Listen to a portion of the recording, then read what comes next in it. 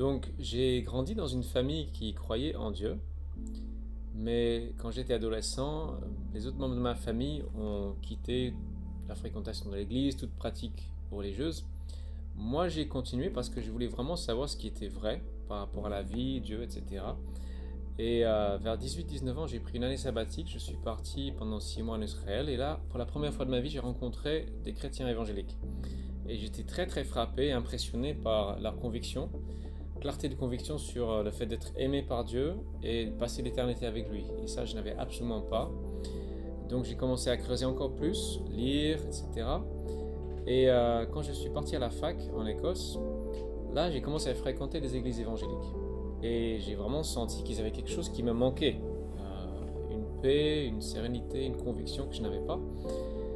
Et ça m'a beaucoup travaillé. Et un jour, je me suis dit, il faut que je termine ce questionnement et que j'aboutisse à quelque chose.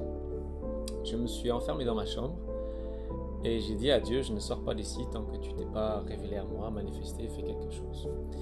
Et en faisant ça, au bout d'un moment, j'ai réalisé dans la prière qu'il fallait vraiment que moi je me donne totalement à lui, euh, complètement, sans réserve. C'était quand même pas de fois que j'ai fait. Et après, quand j'ai fait ça, j'ai vécu quelque chose d'absolument extraordinaire et inattendu. C'était une conviction totale, absolue de l'amour de Dieu pour moi. Et c'était pas juste une conviction, c'était un waouh, j'étais comme rempli. Mon être intérieur a vraiment changé. Et j'ai eu cette phrase simple: Dieu t'aime, la preuve c'est Jésus. Et j'ai compris cette histoire de l'évangile. Dieu a montré son amour en Jésus-Christ, il faut le croire. Et à partir de ce moment-là, je l'ai cru de tout mon être et c'est devenu une réalité. Et à partir de ce jour-là, ma vie vraiment a changé. Et j'ai commencé à avoir une relation avec Dieu beaucoup plus profonde, vivante, réelle.